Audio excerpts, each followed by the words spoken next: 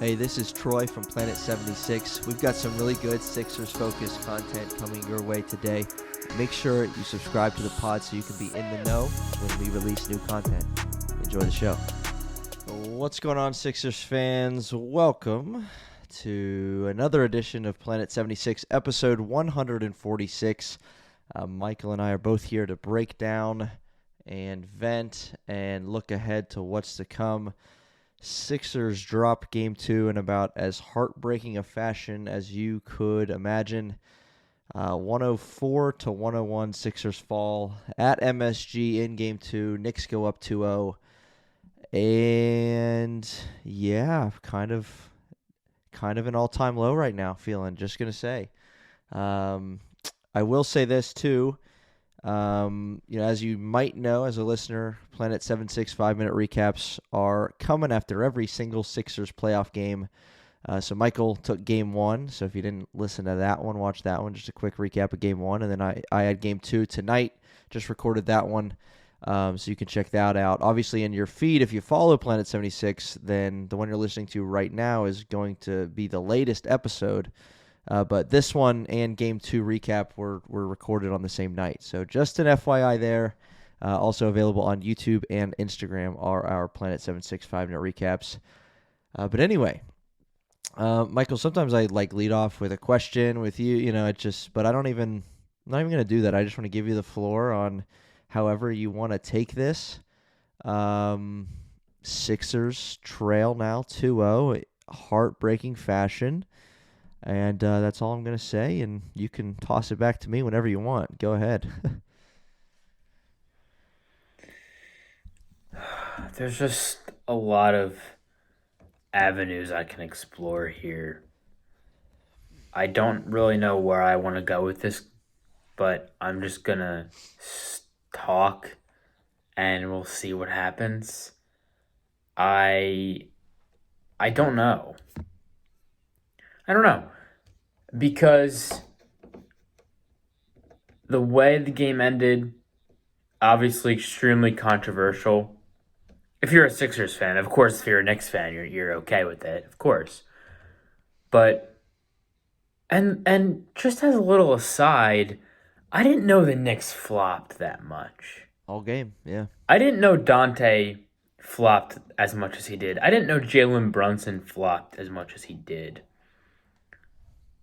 I was kind of saddened by that because it definitely taints my image of what I still do, but did think or thought to be a tough, beat you down kind of Knicks team. And I still think that, but my image of them is lesser now because of that.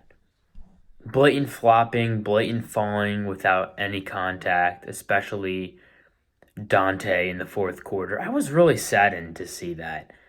That's just a little aside. I won't talk too much on that. But Can I interject on that? I'm sorry. Yeah, please do. And then I'll give it back, I promise. But I had some similar thoughts. It was probably just everything, flopping, whatever. Like, a lot of times when you play a team in the playoffs, and you play them, let's say, 7 times, like you really start to dislike that team you're playing. And I will say that with the Knicks, it's only taken me 2 games to get to that level. That's my 2 cents there. I agree. It's like okay, wow, like this team's kind of annoying, and they do things that are annoying, and yeah, I agree. Go ahead. That's perfect. No, that's perfect. That's perfect. It's not. It would be one thing if the Sixers got smoked in these last 2 games. It'd be one thing if they lost by 10 plus each time. But both games were decided by 2 possessions, 3 possessions, maybe. They lost by 7 on Sunday night, Saturday night. Yep, just 3 tonight. 111-104. Tonight they lost by 3, 104-101. And tonight, especially in a game where they were up by 6 with 40 seconds to go, Maxey hit that massive 3, which, by the way, Tyrese Yeah, Maxey, man. special.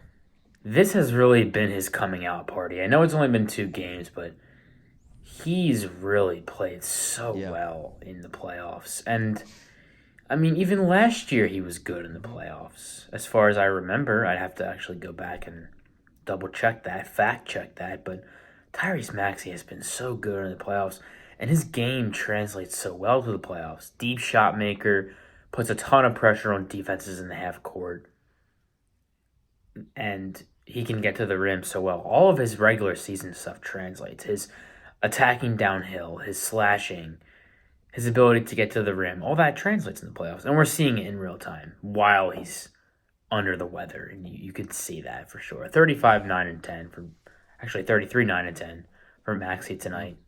Just spectacular. Um, it would be one thing if the Sixers got Hmm. smoked. They didn't. And seeing what Embiid and Maxey have done the past 2 games really makes you wonder, what if Batum hit another Right. three? What if Oubre made 2 more shots? They win tonight. And that's the difference between 2-0 and 1-1 in a series where winning in New York wins you the series. And the Sixers have not been able to Yep. do that. They could have. They should have, yes, but they didn't. And they haven't. So Mm. moving forward, it's one thing to have Embiid and Maxey play so well, and they Hmm. have been, and they're going to continue doing that. But it's another to have that happen, and then your role players step up. If Tobias Harris is just okay from a scoring offensive standpoint, the Sixers win both games. I will say, to his credit, he rebounded the ball so well tonight. He had 9 rebounds on the game. He had some very, very crucial rebounds in the fourth quarter. Played good defense. I'll give him that. But the Sixers need most. What the Sixers need most from him is scoring points, and if he's not going to do that, that's going to be a Hmm. problem. If he can just give you 14 points, the Sixers win tonight. He had 10, and they lost by 3. If he can give you 14, there's so many ifs, so many hypotheticals, but the Sixers need help, and Embiid and Maxey need help. Yes, the officiating was horrible. If you want to talk, I won't speak too much on that. If you want to get into that, please do. I won't speak Okay. much on that. The officiating was horrible. We know this.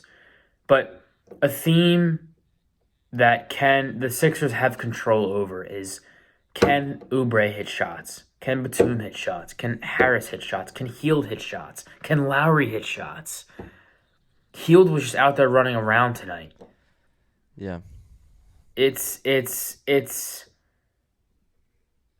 it's just so many things that are in the Sixers' favor, or I should say, in their control, and things that are fixable issues, fixable problems that they can that are under, like, that they can control, variables they can control.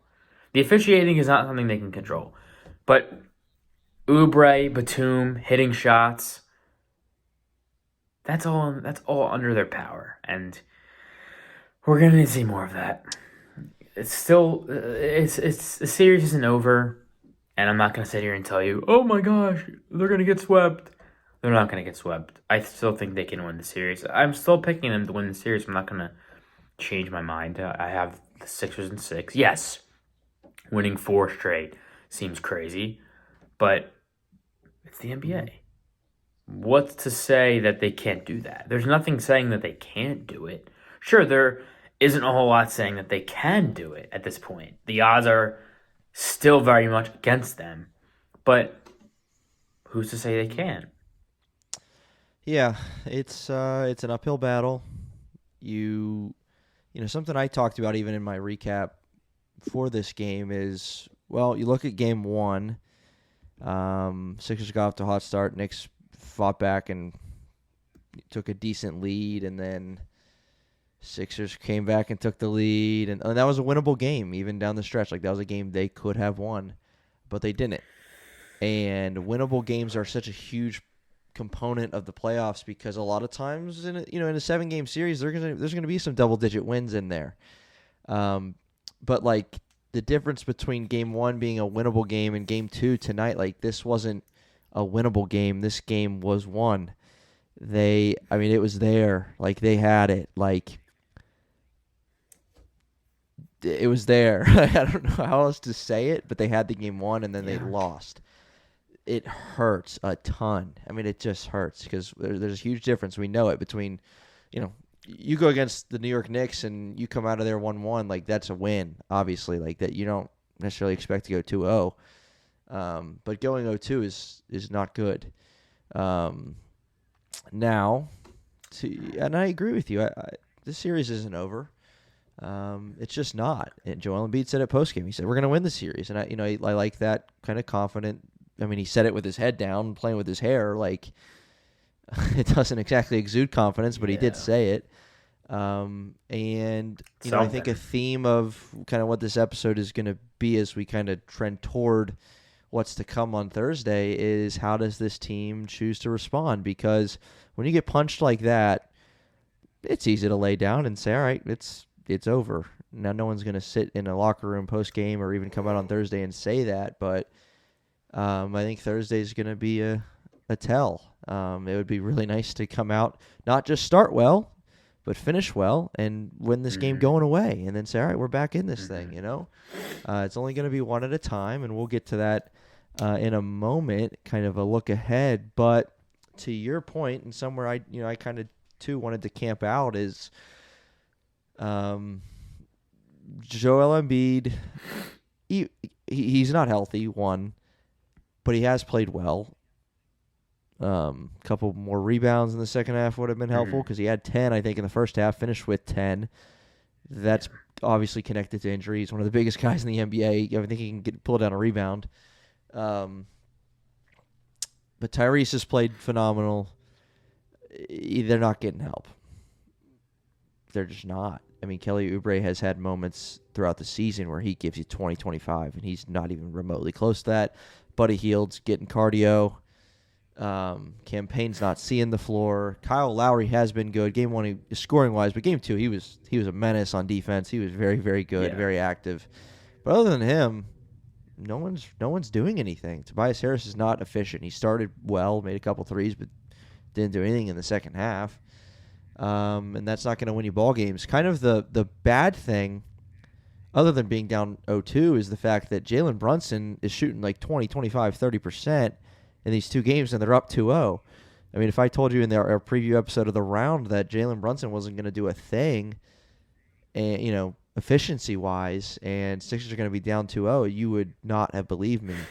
So I don't know how we can even define how that happened, but it did.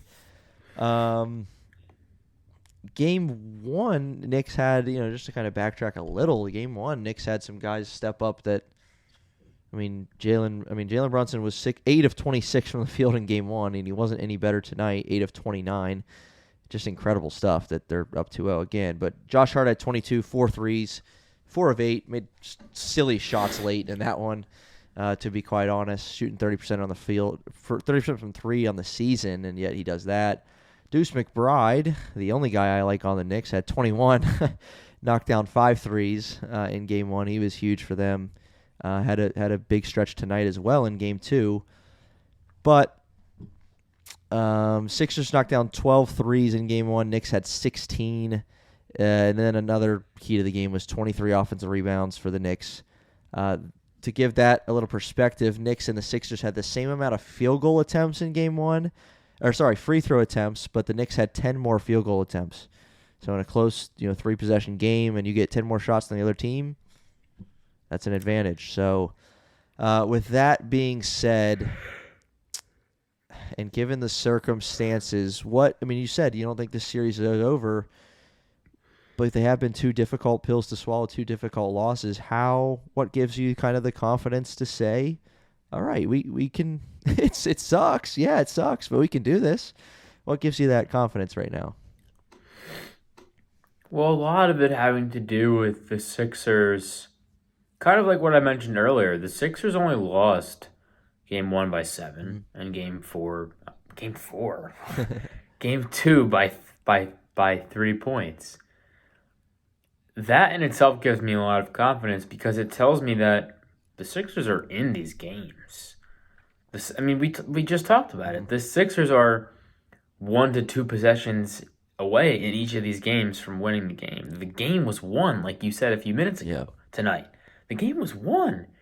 That in itself gives me confidence. But at the end of the day, it really does boil down to when you have Joel Embiid and when you have the best player in the series, a lot of confidence comes from that. When you have Tyrese Maxey as well, who outside of Brunson is the second best player in the series, a lot of confidence comes from that. Knowing that you have arguably the two best players in any given series, a lot of confidence can come from that. A lot of hope can come from that because you know that you have the two most talented players who can basically do anything they want on the floor. Tyrese Maxey can get any shot he wants. He kind of proved that tonight. Yeah. Obviously, the other night was a little more difficult for him, but he kind of proved that tonight. He was hitting ridiculous three-pointers, ridiculously difficult three-pointers. He ended up, I think, 5 for 11 from 3, which is pretty on par for him. He's just around 40% on the season. He's just around 40% for his career, just about.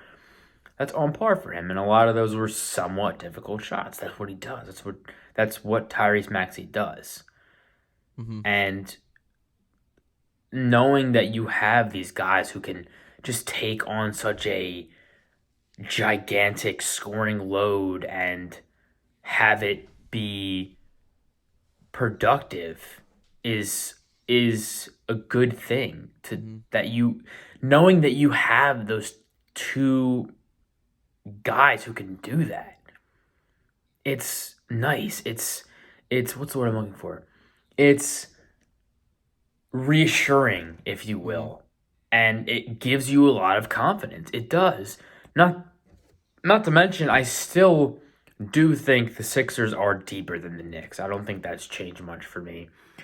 Obviously, the Knicks have DiVincenzo. They have Hart, who's been probably maybe their second best player in the series so far. Yeah. Maybe at times their best player. Yeah. Which is insane. But I still think the Sixers have better depth. I still think their 1 through 9, I guess, is better and more talented than the Knicks 1 through 8, 9, 10, however many guys they play. It doesn't even matter. Oh, excuse me.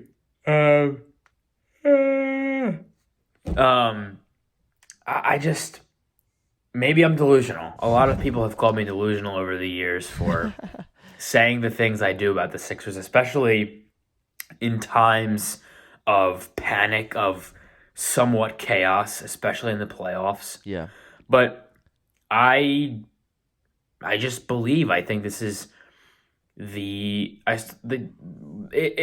a kind of a generic talking point, but like, this is probably the most well-rounded team around Embiid since 2018, at least from a depth perspective, from a supporting cast perspective.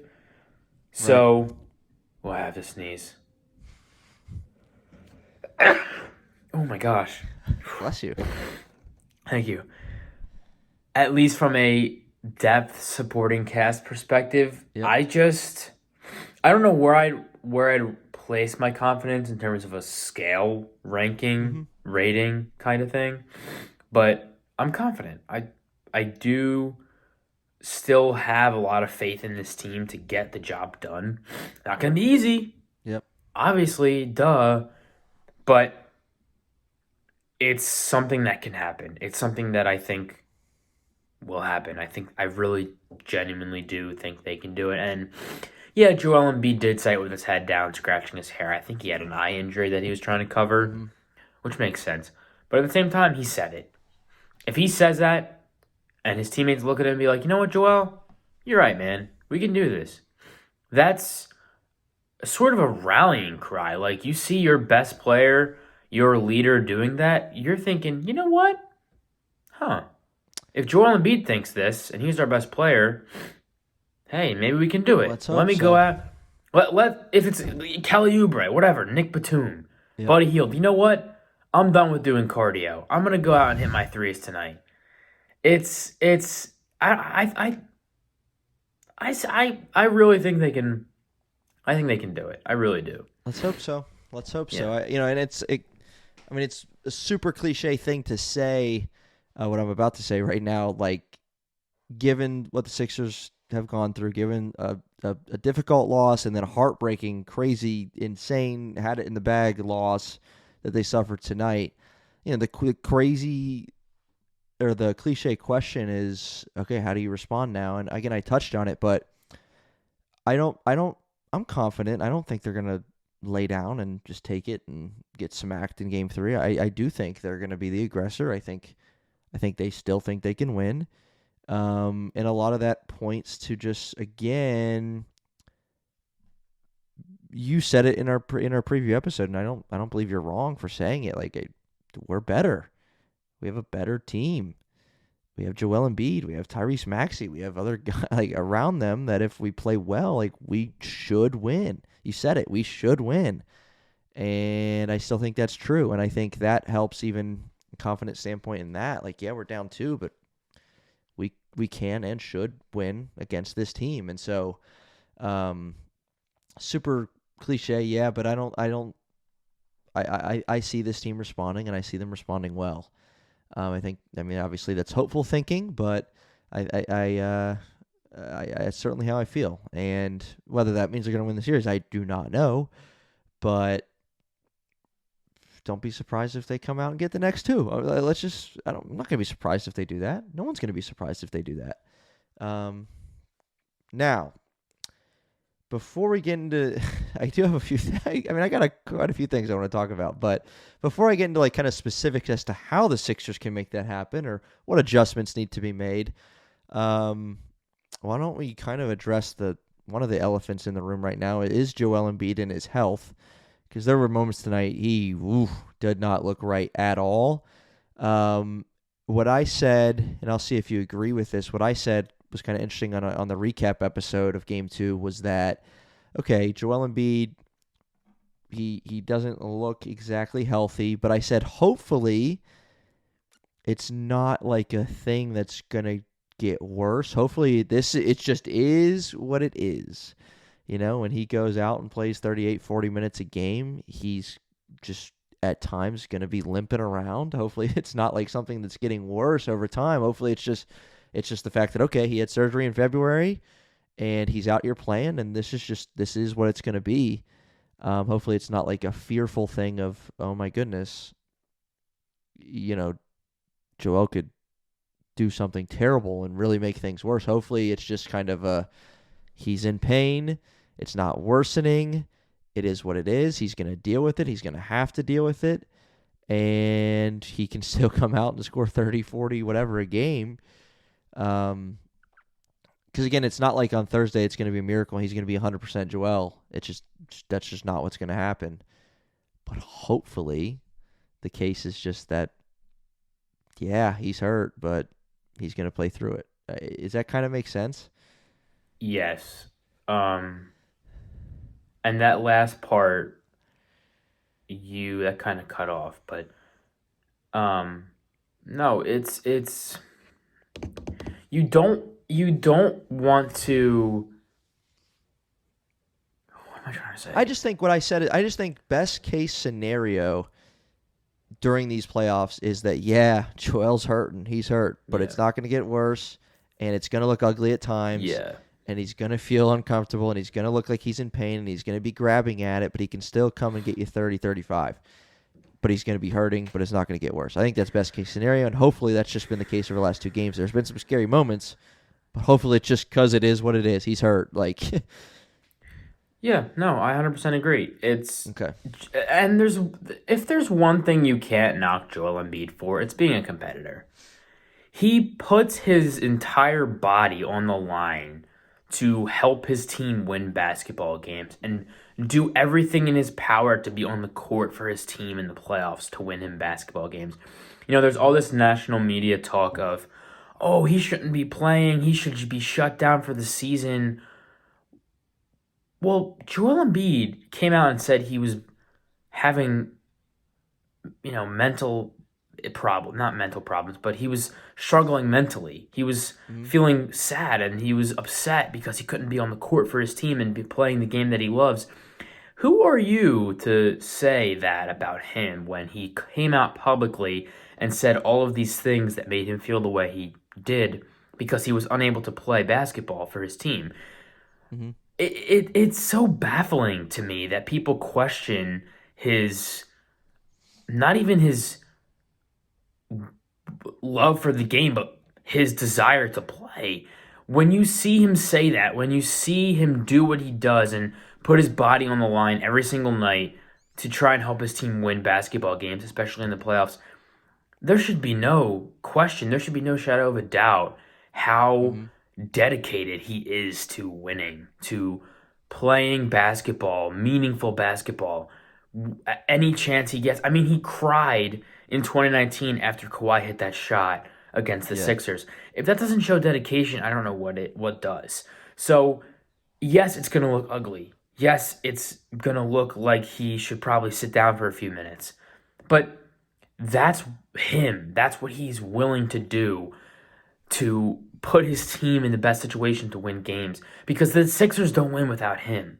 And Yep. he knows that. But he's willing to do what it takes to get himself in a position to get the Sixers to win games and play meaningful basketball and and win games at the end. That's why on Wednesday night against the Heat we talked about it, but he did not look good at all. He was limping, Yeah. he was holding his knee, he was out of breath, he was struggling, but the team got him to the end and he got them to the victory. He got them to the finish line. They got him in the right position so that he could take them the rest of the way. And that's what Joel Embiid does. That's who he is. It's not going to look the best. It's not the product is not going to look good at times. We're going to question whether or not he should be playing. We're going to wonder if he's hurt. He might fall on the floor, but at the Hmm. end of the day, that's just what he does. That's who he is. And Right. it's Hopefully that's the extent of it. yes. Yeah. Yes, he is not going to be satisfied until he wins a championship. That's what he wants to Mhm. do. He said it multiple times. He wants to win in Philadelphia. He wants to establish himself as the best player in the NBA. This is how he's going to do it. Unfortunately, this is how he's going to do it. It's not going to be like everyone else in the history of the NBA where you're playing fully healthy, you're good, you're ready, you're set, you're fully ready. Unfortunately for Joel Embiid, it's not going to be that way, and he probably knows that. We all should be accustomed to that, or at least maybe not accustomed, but we should all be prepared for that, okay with that, because that's just how it is. That's reality with him now.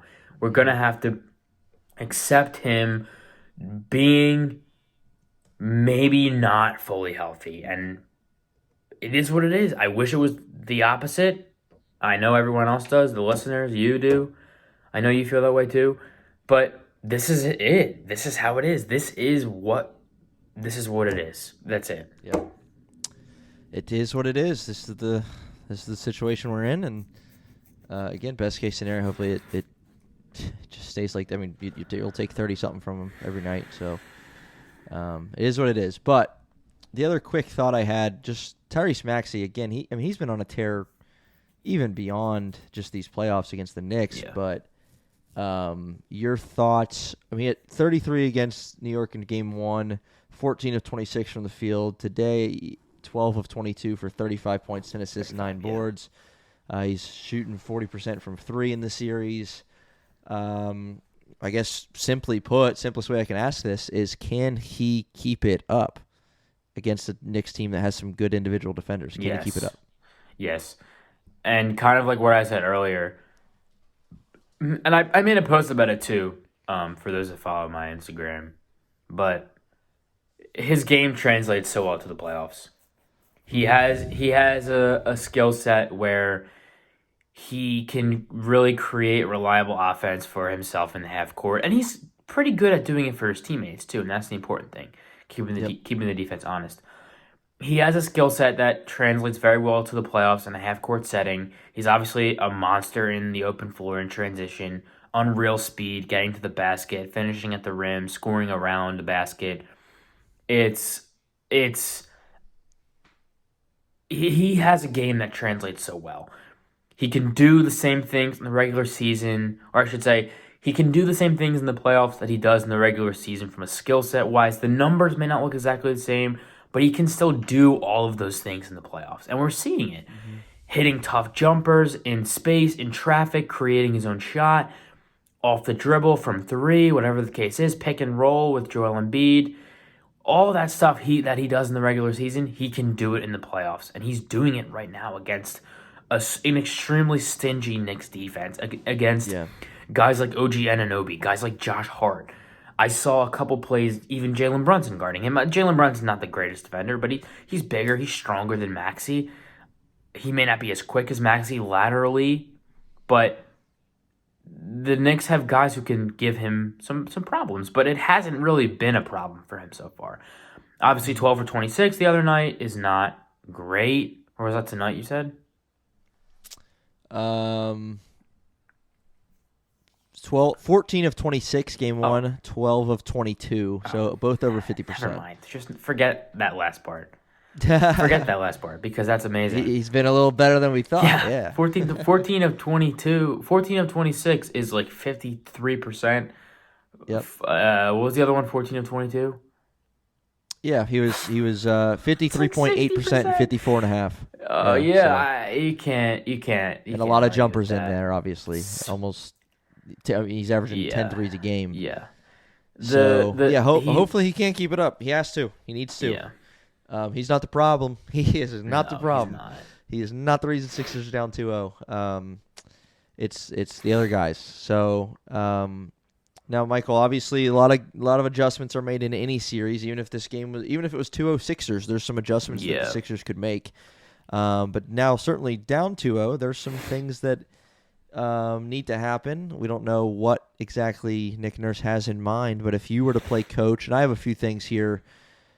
Just a few kind of thoughts I'll throw out there too, but we'll start with you on this. Like, what do you see, whether it's a new guy that needs to get some minutes, whether it's someone needs to sit, whether it's schematically things need to change? What are some things that you see here through two games that Sixers are playing Thursday? They get 2 full days off that they need to work into that game plan coming up on Thursday night at home.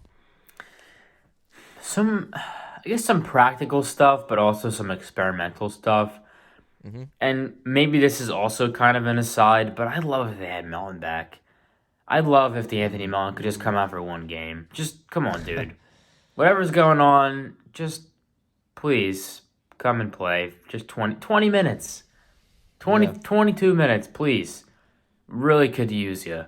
But practically speaking, I just would like to see the role players hit some shots. I mean, Oubre was very quiet tonight. Batum was quiet. Tobias Harris was 4 for 11. That's not okay. The volume is good. I like him taking 9, 10, 11 shots. That's cool. But he's got to make them. 10 points on 4 made shots. Not good. Not good. Or at least not good enough. Larry was good, like you mentioned earlier. I'd like to see Larry hit some more shots. Experimentally speaking, I'd like to see them maybe run Ricky Council a little bit. Maybe some KJ Martin just to throw off the Knicks. Just add some extra physicality. Just have KJ Martin throw himself at the Knicks and see what happens. Like, just throw himself on the glass. Throw himself on Jalen Brunson. Whatever. I don't know. Yeah. Experimentally, like, just to switch it up. Give Ricky Council some burn. Let him just, like, rough and just like throw himself at the Knicks defense and see what happens. Like, give him the ball for a couple possessions. Just let him do whatever he wants to do and just see what he does. Like, just wrecking ball his way through the Knicks defense. I don't know, but I don't think much has to change stylistically for the Sixers. I think they're on the right track. They're doing a really good job of defending Jalen Brunson.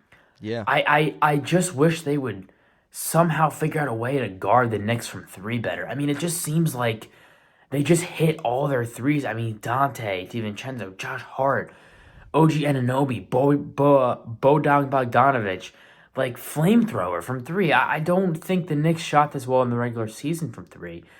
and you just mentioned it earlier. Josh Hart was 30% in the regular season. Is that right? From three, Yeah, he's got to be he's certainly 50% in the not doing that playoffs. right now. Yeah, He was 4 for 8 in game one. I can't imagine he was much worse than that tonight in game two.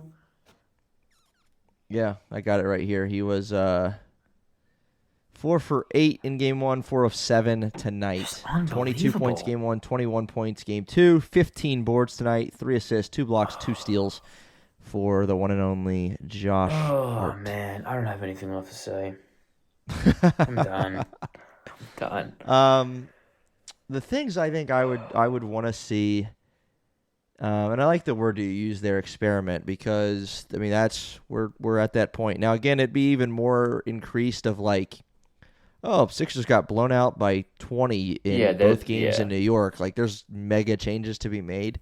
There's some minor tweaks and some minor things that you could see being adjusted. Now, I mean, the biggest one is rooted in these role players just not doing much. Now, one game, okay, they didn't do much. All right, 2 games in now. It's 7-game series, best of 7. Like, maybe it is time to give some other guys a chance. You mentioned Ricky Council. The guy I think of, or the 2 I think of off the bench, are Campaign and, well, Buddy Hield is another thought. Even Campaign, like, where's he at? I guess he hasn't played. I'd like to see him get some run. I mean, the Sixers have guys. That's what I'm saying. The two I think that deserve a run, and you can throw Council in there too. So I guess it's 3. Give him a shot. Is KJ Martin, Campaign, and Council. Yeah. Now, my other thought regarding Buddy Hield is this, and this might be kind of an interesting take. Yeah. Is Buddy, to me, I've watched Buddy play for a long time, since college, long time. And to me, he's the type of guy who just has to be on the floor for long enough to start to heat up. Yeah. He comes in, he plays 2 minutes, shoots up 2 threes, misses, he goes to the bench. He comes back in, gets 2 minutes, misses a shot, gets to the bench. He's the kind of guy that I think needs to warm up. So my thought there with Buddy Hield, Nick Nurse, is this. If you're only going to play him 12 minutes, and he's going to get a couple shots up, he's going to get 3 minutes at a time, don't play him. Yeah. Let's just not. Let Campaign get those minutes, let someone else get those minutes. Take. But if you want to give him 25 minutes, let him get up some shots, I promise you he's going to make some. He's not going to go for 10 from 3. Like, it's one or the other. It's one or the other. Either you sit him or you play him a lot. That's my thought with Buddy Hield. I agree. So that's kind of my big one. My concern, other than the fact that they're down 2-0, is that Jalen Brunson's due to go off. To have an explosion. Nuclear detonator. Yeah. Yeah. The hope is that if he goes off and gets 35-40, is that these other guys aren't doing what they've been doing, because that still could give you a chance. But you cannot pair a 40-point game from Jalen Brunson and a 20-point outing from Josh Hart and some other guys knocking down threes, and they hit 17 threes. Like, you just can't. Like, this is it. They lose one more, it's over. I mean, right. So you gotta win at home. I think there used to be a saying is that the series really doesn't start until someone wins on the other team's floor. Yeah. Don't let that be in Philadelphia. Right. So, man. All right. That's Planet 776. I was going to say 765 minute recap. This was not a 5-minute recap. This was like 40-minute recap of games 1 and 2, and a look ahead to game 3. What can the Sixers do to respond? We will find out Thursday night for game 3. A little schedule update. Game 3, again, we'll have a Planet 765 minute recap after that one. Game 4 will be Sunday afternoon, a 1 o'clock tip, so the recap will be posted shortly after that. And then I like to think that Mike and I will kind of follow the same recap or same format. Game 4 will happen. We'll get a recap up, and then we'll give another full-length episode after that one. Yeah. Kind of like we did for games 1 and 2. So be on the lookout for those. A lot of content coming. A lot of clips being posted on Instagram. So if you don't follow Planet 76 Podcast on Instagram, you should do that. We're available, YouTube, Spotify, Apple Podcasts, and a whole lot more that I don't even know the names of, but they're out there. This is episode 146, Planet 76, and we'll see how the Sixers can respond. We'll see you next time.